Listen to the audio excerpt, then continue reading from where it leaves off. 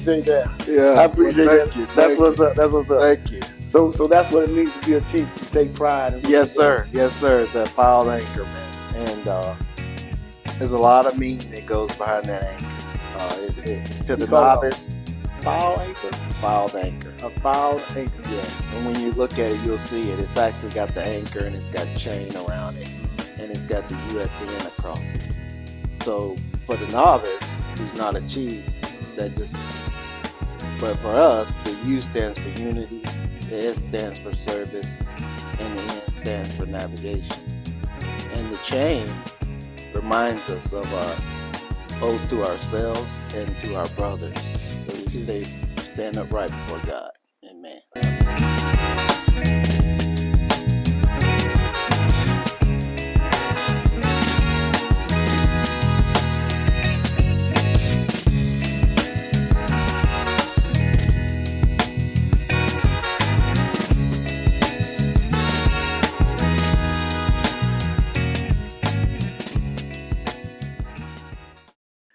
Good afternoon, ladies and gentlemen, and welcome to Real Talk Podcast. I'm your host, Lonnie Bennett Jr., and we are broadcasting from 6526 Caroline Street in Milton, Florida.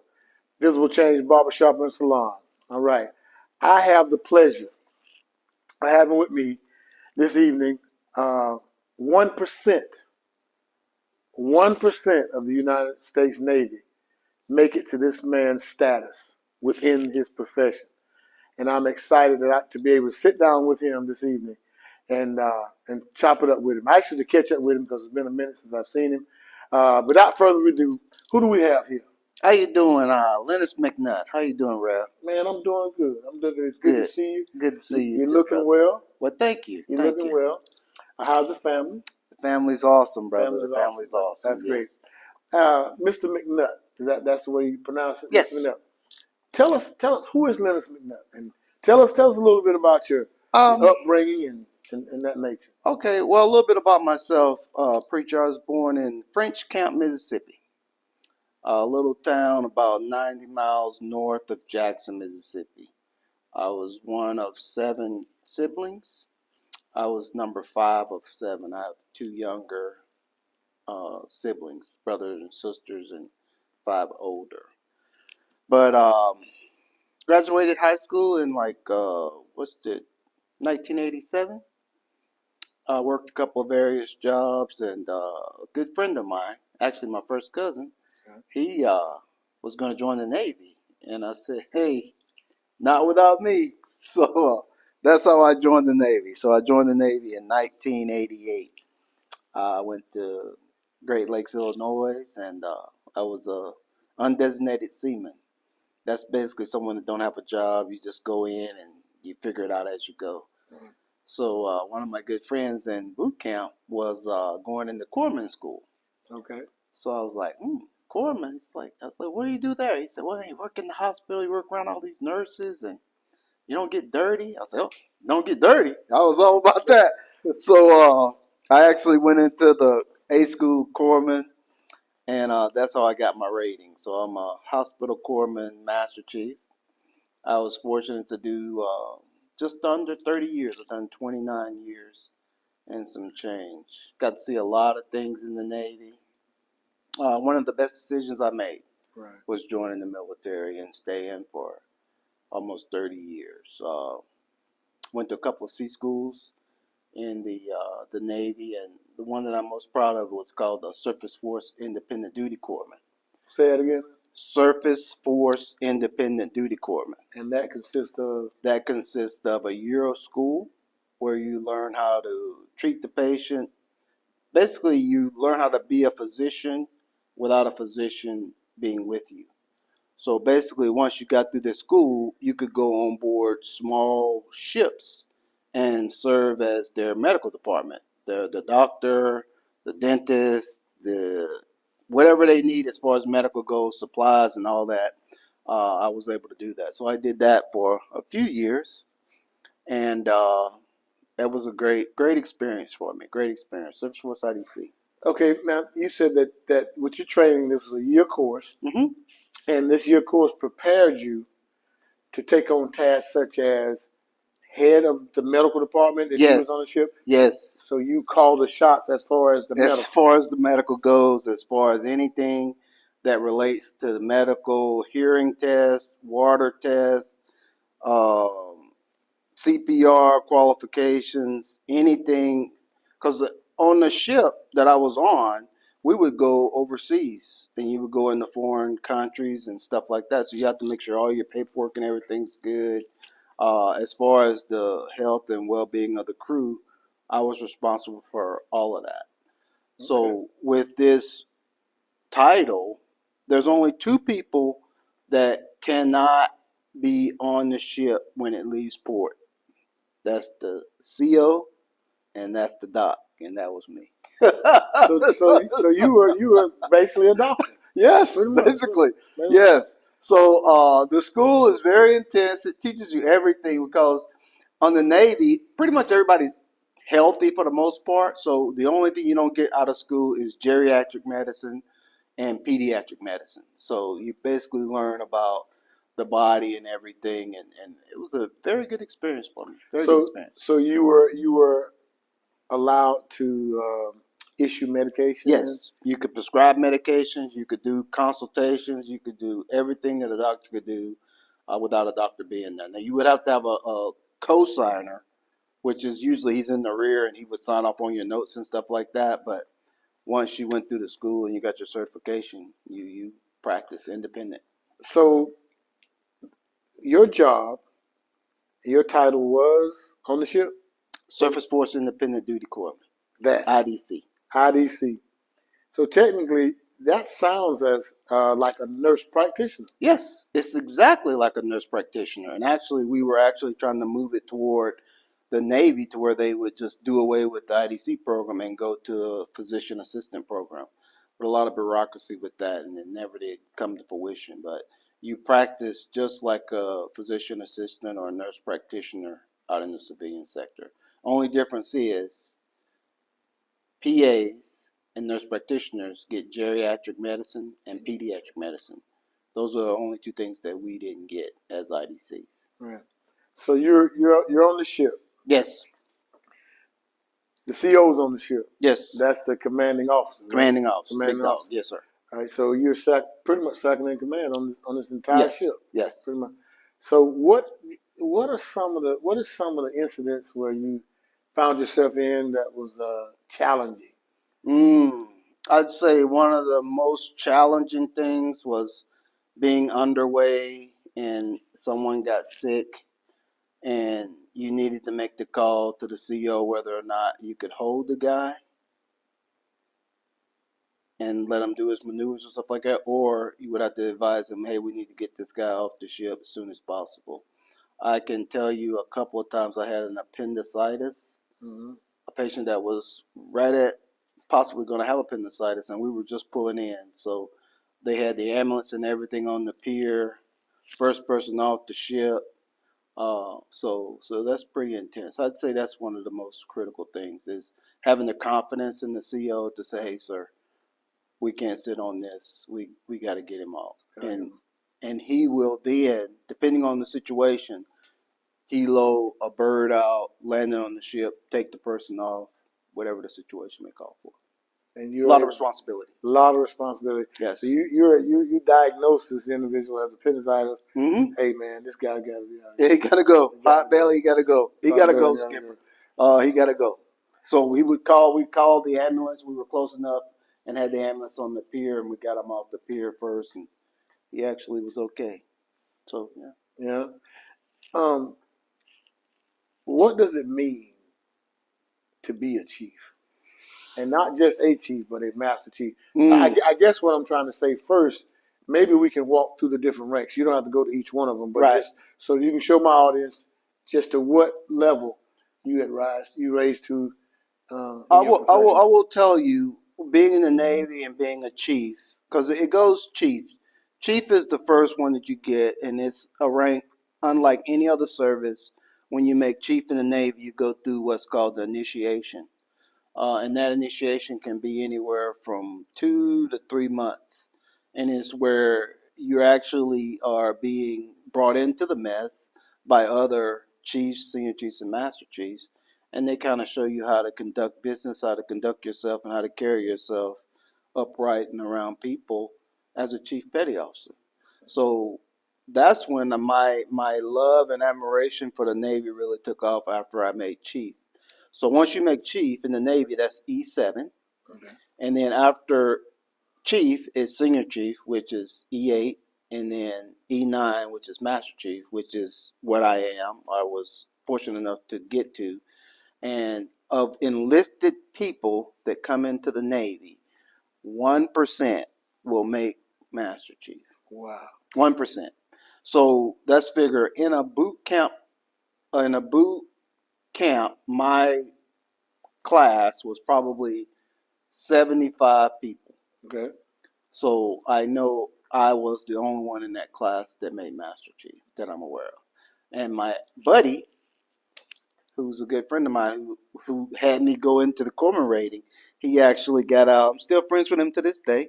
He's in Virginia, but his name's Robert Williams, and he actually made senior chief. So, and we still follow each other to this day. Good But friend. he's still underneath the He master didn't make chief. master chief. He didn't no. make master chief. No.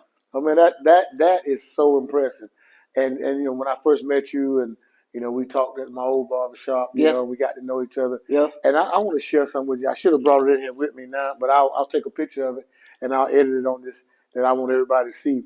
Man, you gave me something that I really cherish. Mm-hmm. I mean, you know, when you get our age, you know, which I'm probably a little younger than you, but when you get our age, man, and you experience some things, because I myself, you know, I dealt with corrections for 27 years. Oh my God. And you start to put things into true perspective. Yes. You know, what's truly important, you know. Yes. And the little things, it's the little things you Yes. cherish.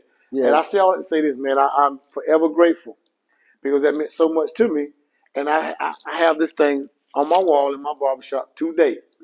It is a plaque, a Master Chief's plaque. Yes.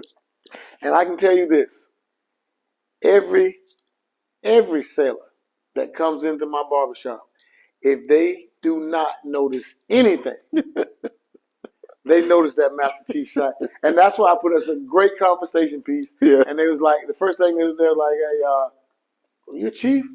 And I'm like, nah, I'm not a chief, not a Master Chief. And I, like I told you earlier, if I knew the jargon, if I knew the lay of the land, you know, I'd string them on for it, but I can't do it. But yeah, man, I'm really grateful for that, man. I mean, the story is, it was like, well, no, I'm not a Master Chief. This was given to me by a friend, by a Master Chief. And he gave me this plaque. He said, from a Master Chief to a Master Barber. And I'll never forget that, man. I appreciate that. Yeah. I appreciate well, that. You. That's what's up. That's what's up. Thank you. So that's what it means to be a chief, to take pride in what Yes, sir. Yes, sir. The filed anchor, man. And there's a lot of meaning that goes behind that anchor. To the novice, filed anchor? Filed anchor. A filed anchor. Yeah. And when you look at it, you'll see it. It's actually got the anchor and it's got chain around it. Mm-hmm. And it's got the USN across it. So for the novice who's not a chief, but for us, the U stands for unity, the S stands for service, and the N stands for navigation. And the chain reminds us of our oath to ourselves and to our brothers that we stand upright before God. Amen. Absolutely. Absolutely. Absolutely. I got you, G. Yes, sir. Yes, sir. I heard you when you first drove up. Mm-hmm. Hey, man, what is the best thing about your job and career? What is the best thing? I think the best thing for me was one that I had an opportunity to serve my country. And you hear people say that all the time, but it's a more noble meaning than that. That I served around the world, in the States, overseas, and just service to your country. I think one of our presidents said there's nothing, ask any man what he's done in this world, he's served in the Navy. That's an honorable thing. So, and then the benefits that came out of it. I mean, I know some sailors now they won't do 20 years, but you know, full medical, pension, and I retired at, I think I was 40, maybe 45, 46 years old. Wow. So I came in when I was like 18. So, and that's there.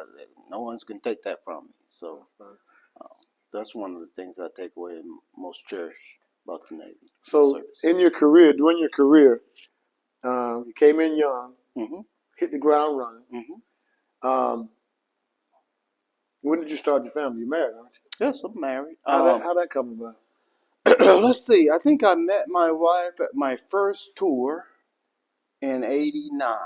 We dated for a couple of years, and I knew right away that was the one for me. So we got married in 1991. To that union, we have 2 children. Okay. My daughter and my son, and I want to say it's 31 years, maybe 32. That's married, and then a couple of years that we were dating. But yeah, truly blessed. Right. Soulmate. Soulmate. Yep. That's good. And your daughter, I think your daughter, her husband, her friend, Yes. was affiliated with the Spurs. My daughter's significant other, Mm-hmm. he is a coach with the L.A. Clippers. Clippers. Yes, and he actually is very good friends with Kawhi Leonard. And everywhere that Kawhi went, my future son-in-law was with him. So he was there in San Antonio with the Raptors, and now with the Clippers. He's a coach with the NBA. Yeah. All right. If what advice would you give a young sailor, that's entering the Navy and is real ambitious? What advice would you give, Chief? I would tell any young person, if they're trying to figure it out, they should join the military. Um, not just the Navy, not just the Air Force, not just the Army, but whichever branch suits what they want to do. Because I don't know of another organization to where you can go. They're going to pay you full time. They're going to give you money for school. They're going to give you money for housing. They're going to teach you a trade. They're going to put you in that trade. You're going to get experience working in that trade. And then if you decide to get out after 5, 6 years, you've probably got some school behind you. You got a trade. You should have a little bit of money saved up, and it's a good starter. And if you decide to make it a career or at least do another tour, it just further pads your opportunities to go forward. So I would tell someone if they were actually thinking about the military to think about it. Get in, do the minimum, 4, 6, whatever it is. Get you a good trade, and then if you like it, stay. And if you don't like it, get out, do what you learned in there, keep it moving. What was that time in your career where Lennis said, "You know what? I don't know about this. I mean, I don't know. I don't know. This might not be for me." Yeah. Well, I will tell you that it happened earlier in my career, probably about 3 or 4 years in. My girlfriend, now my wife, got pregnant, and I'm like, oh crap, what am I gonna do? I gotta take care of this kid. Yeah. So that's when I decided to do another tour, which took me to 8, and then it kind of like all happened after that. We got married, ended up having another son, um, went to the school that I told you about, and then went to school on top of that, got my bachelor's degree. So it all kind of fell into place, really. Met some good people along the way, and yeah. Okay, so back to the school that you went to. There had to be some type of requirements, maybe some background, or was it just first come first serve? You had to apply for it. Oh, you have to apply You had to be for selected. it. You have to be selected to go to the school. Mm-hmm. You have to be of a certain rank. I think you had to be E5 at the time. And then once you graduated school, you get automatically advanced to E6. Mm-hmm. So that was a career incentive to go to the school. So after you got through with the school, you would get another rank. So then that actually put me in line to be chief. So my first tour out of the school was I went to Japan. And that's where I kind of honed my skills on working in a doctor's office, working with patients. Right. So then my next tour after that, I went to an aircraft carrier, which the aircraft carrier was an eye-opening experience, 5,000 people. And that's the command actually where I made chief at. I was called the Soy, SOY, The soy. Sailor of the Year. I was #1 sailor of 5,000. Wow. I was the #1 sailor of 5,000. I was the Sailor of the Year for the USS John C. Stennis. And that year, 2005, I made chief. Chief. And that propelled me to senior chief and master chief. Now, 5,000 soldiers. 5,000. 5,000. 5,000 sailors. Out of the 5,000. Yes. They narrowed this thing down. Yes. Until And they I found was the Lennis. #1 ranked sailor on that ship, 2004, 2005. And somebody want to know. So there's a sailor listening. Will be listening to this, and they want to know. Well, what is it that do you think that you did, you possess, to put you over the top, to be selected? I'll tell you, Yes, and I sir. know exactly what it was. What is it? I was standing outside, and it's a board you have to go in front of chiefs. I'm not a chief yet. I'm a E6. And one of the chiefs that was walking by, he looked at me and he said, "Hey, congratulations." This is before he went inside. He just said, "Hey, congratulations, you got selected or you got nominated to be Sailor of the Year." And I said, "Yeah." He said, "Thanks." I said, "Well," he said, "there's a lot of good people here." I said, "Yeah." And he said, "Yeah. Well, now's your time to brag." He said, "You're one of them." So he said, "Now's your time to brag." So he told you. I thought that was the best advice, man, to this day. He said, "Hey, you're here just like them. It's time for you to brag or tell us about yourself." So I was like, you know what? I went in there and I really, just talked about myself and what I had done for that year. And it was good enough that they selected me. So that actually propelled my career. All right. So it was an opening question. They just asked you, tell us about yourself. Oh, yeah. Yeah. This is actually before the board now. Oh, yeah. This is him just walking by me and say, "Hey, how you doing? Congratulations on being here." Right. And he just, "Hey, well, you're one of them too, so it's time for you to just brag about yourself." So, and I think that was one of the best advice that Chief gave me to this day. Senior Chief Cole was his name. Where were you, and what were you doing when you got the news? Oh, let me think. I think we were on deployment. I think we may have been on deployment somewhere in the Persian Gulf, and I was told on the ship that I was selected. So that's great. So you selected. There's a party. There's a party. Kind of like the plaque that you got. I got a Sailor of the Year plaque. Yeah. And if you know Senator Stennis, that's who the ship was named after. So me and my wife, they flew us out to D.C. to sit in a joint session of Congress. Got a tour of the White House. Got a tour of the Capitol building, and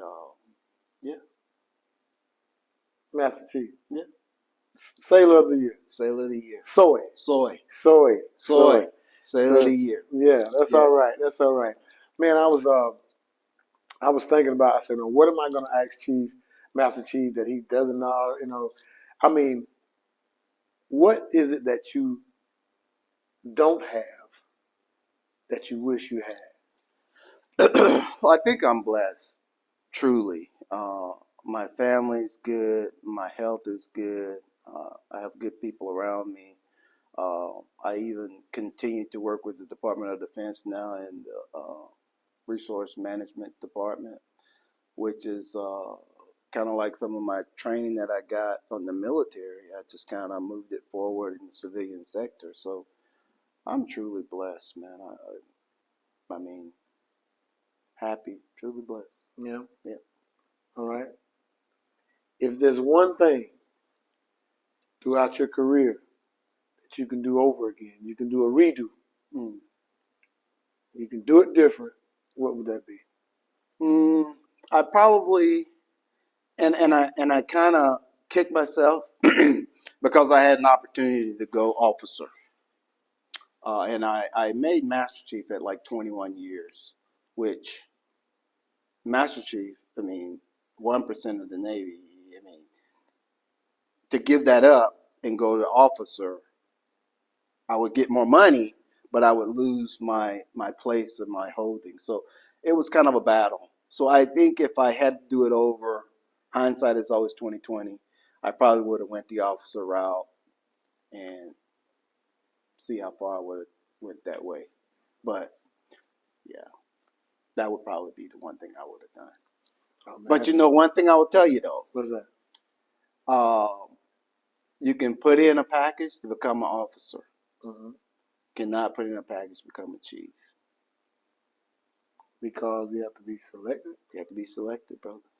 Among your peers? Among your peers. That's cool. That's cool. Yep, anybody can go in there and become an officer. You put in your package, mm-hmm. But chief, you're going to be selected by Master Chiefs, select chiefs, senior chiefs, and master chiefs. Right. Selected. And I have a young man. I met a young man. He nice young man, family man. I met his wife.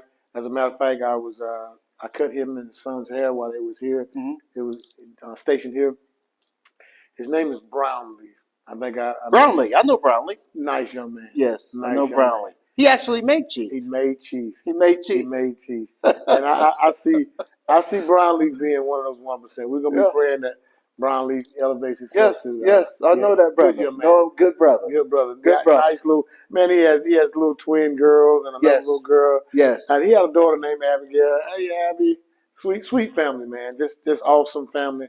I was blessed to meet him, man, to be able to hang out with him. Yes. And I know he's gonna take this advice that you're giving him and utilize it. Yes. And he's gonna. I tell you, and I'll tell him, and hey, wear your anchors proudly. And one thing we do as chiefs is make sure you bring somebody else up with you. You know what I'm saying? So that's cool. Once you're there, now it's time for you to bring somebody else up there. So that's cool. Yeah.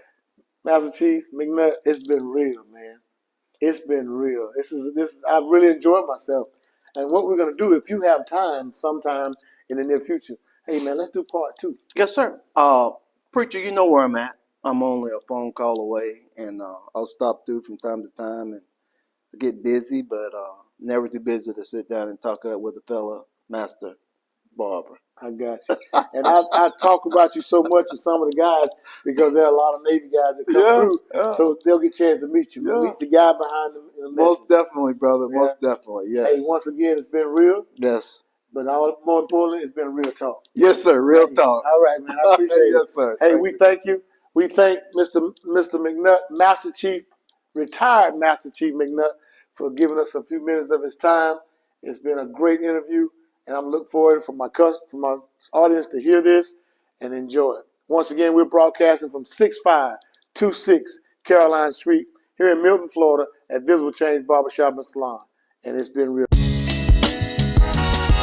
Yeah, it's the falls.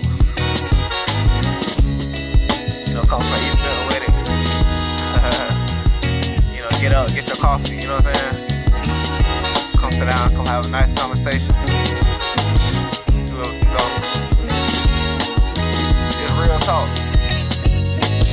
You say you love her, I know. My people struggle, I know. We need to huddle, I know. Not kill each other, real talk. No, I ain't stutter, I know. Don't need rebuttal, I know. It's way too gutter, I know. The youth in trouble, real talk. You say you love her, I know. My people struggle, I know. We need to huddle, I know. Not kill each other, real talk. No, I ain't stutter, I know. Don't need rebuttal, I know. It's way too gutter, I know. The youth in trouble, real talk. The sun shine down on me daily, showing the blessings the Father gave me. You know I won't dim it so you can see what I mean.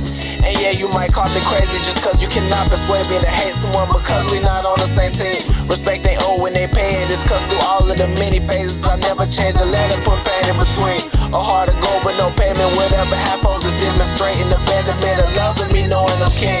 You say you love her, I know. My people struggle, I know. We need to huddle, I know. Not kill each other, real talk. No, I ain't stutter, I know. Don't need rebuttal, I know. It's way too gutter, I know. The youth in trouble. trouble, real talk. You say you love her, I know. My people struggle, I know. We need a huddle, I know. Now kill each other, real talk. No, I ain't stutter, I know.